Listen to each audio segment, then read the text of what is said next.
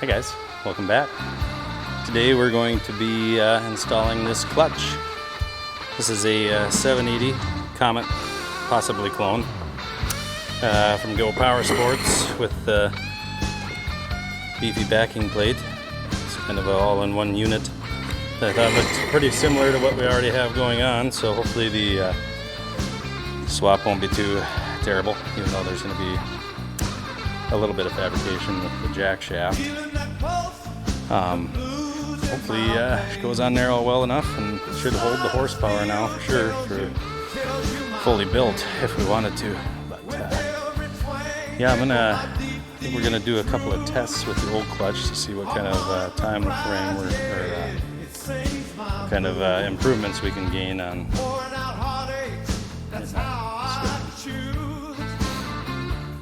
So we might do that first, and then I'll probably set you up on a time lapse here and watch me work.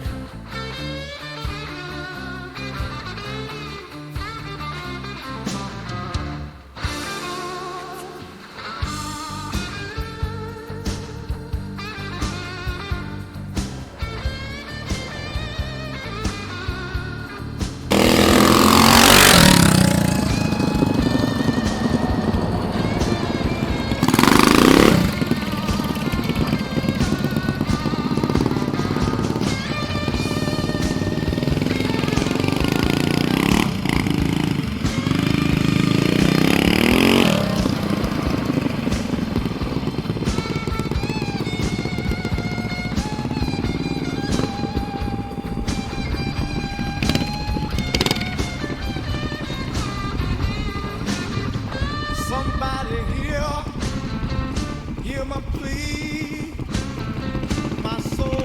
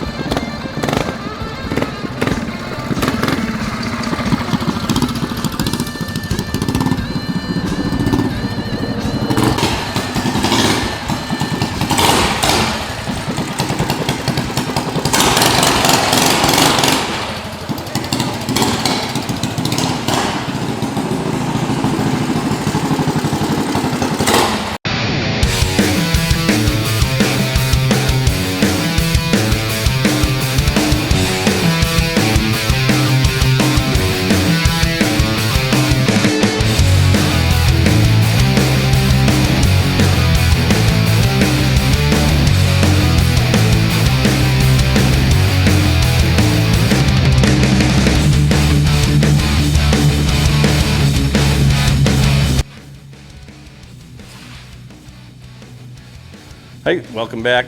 So after some deep thought, I think what we're going to do here to give some more space is the way this came, the sprocket for the drive was on this side. And that's how that was, exactly like this, I guess. So the spacing was wrong compared to what we had set up for. So with this being physically larger, I made the decision that moving that sprocket to the other side would be ideal. So it poses a few concerns, or a little more fabrication. So unfortunately we didn't get it installed and tested, and I had to order sprockets, so they'll be coming. But yeah, basically what we're going to do here is this jack shaft, instead of trying to get it all on one side, it was always a pain. If you remember the episodes where we were having issues with that and shimming, we're still probably gonna have to shim it unless I can come up with something between here and then. But basically I gotta build a new jack shaft that's gonna get the sprocket out further to the right side, and then we'll run our jack shaft chain on the right side, so we have more room and more room over there to get everything closer into the bike. And then I'm gonna go to 40 chain.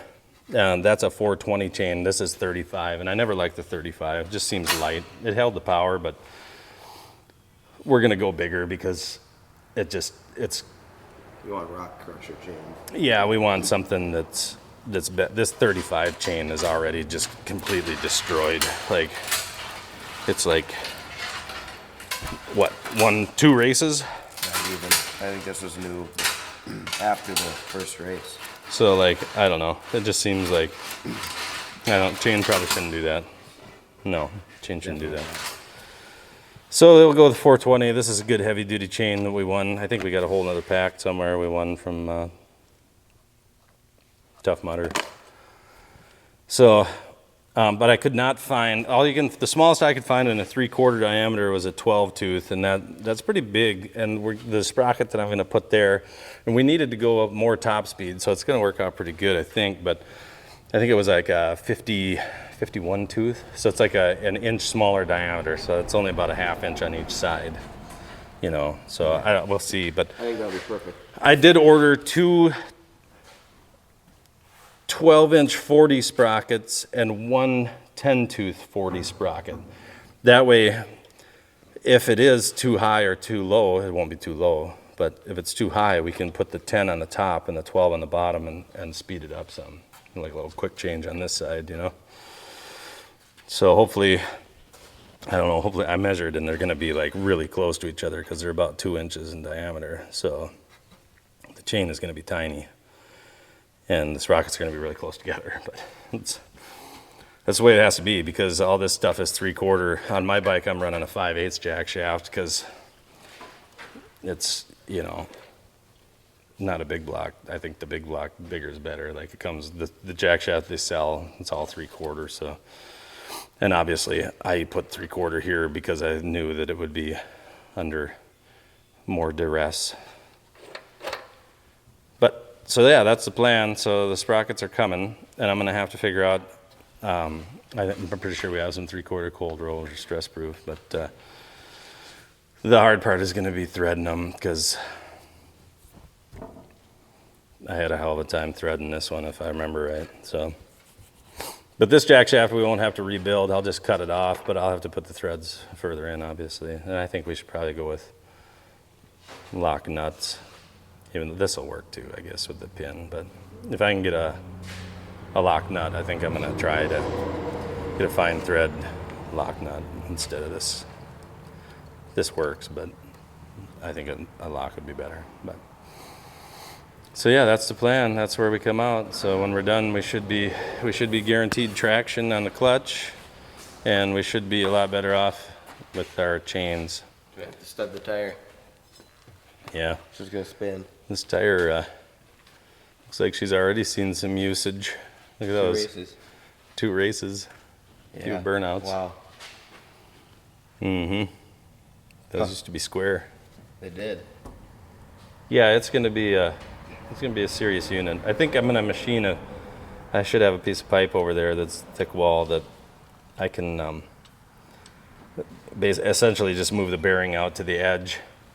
You know, we're gonna go another 2 inches, I guess. So if I move the bearing out on the edge and I machine a piece that'll fit the bearing that's this size, I'll just weld it on here, and then I think I'll probably remove I had to remove the one to clearance the chain here. And I think what I'll do is run a gusset the entire length, you know, probably 3/16 by 2.5 or something. And I got room, if you look in, to run one all the way across here and in there somewhere. I think there's room to have basically a gusset the full length, and then hopefully there wouldn't be any deflection on the shaft. I'm sure it's gonna be fine. Yeah, we got it's hooked to a 3/8 plate. That was an expensive unit. You know, I tore that whole thing down and tried to just see if I could move the motor close enough and run this on the actual jack shaft and just flip the wheel around and run the jack shaft like a normal jack shaft, but it was gonna be way too much work. I would have had to redo all the motor mounts and like probably this pipe, you know, because the motor would have had to have gone back like an inch. Yeah. And then also I would have had to redo the whole foot peg because this is so big to put it down there. The foot peg would have had to been like Yeah. drooped. So I think this will work good. This will be nice, self-enclosed, heavy duty. I think I like it better anyway because I never really liked that, how we had it set up before with that tiny chain in between the, the plate and that was just a pain. I don't know how many times we chucked that chain out of there. I'm gonna say at least 6 times.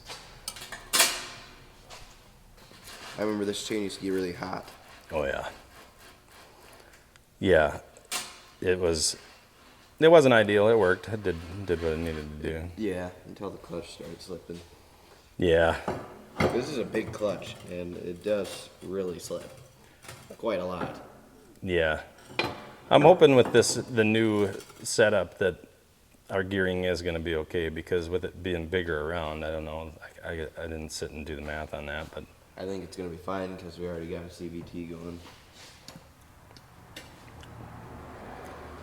yeah, it should be fine. If not, we'll change it. I mean, I bought the sprocket that I bought the bolts on here was fairly inexpensive, compared to some sprockets. So if it doesn't work, there is another option that is actually like 12 inches, like I forget what it was, 72 tooth or something. It was it was huge. It was like it was going to be as big as the rim. Wow. And it had this bolt pattern, but it had a smaller here. But I could machine that out if this doesn't fly with the gearing. I think it's going to work just perfect. I think it'll be great having a little more gearing, and Yeah, you should get better top speed, and then it'll have low end still, I believe. it should have low end still because the There's a difference in the belt size too. 1 3/16 wide belt on is what we're going to. That's huge. Yeah, That's insane. that should have been done to start with, but it was also insanely expensive. So we used my Capital One rewards, and got the price down to where it probably should be in the first place. Yeah. But it took like a year's worth of Capital One rewards. It's gonna be worth it. I'm gonna kick butt next year at Torque Fest. Yeah, it should. If you can have all the power in the world, but if you can't utilize it, what's the point? So yeah, that pretty much takes us to where we're at, and I think A1 priority from here on out is going to be the van windshield, because that's all we're stopped on right now on that. So minus a few little wires to hook up, but so yeah, thanks for tuning in. Hopefully, you enjoyed our little program. So we'll see you again next time.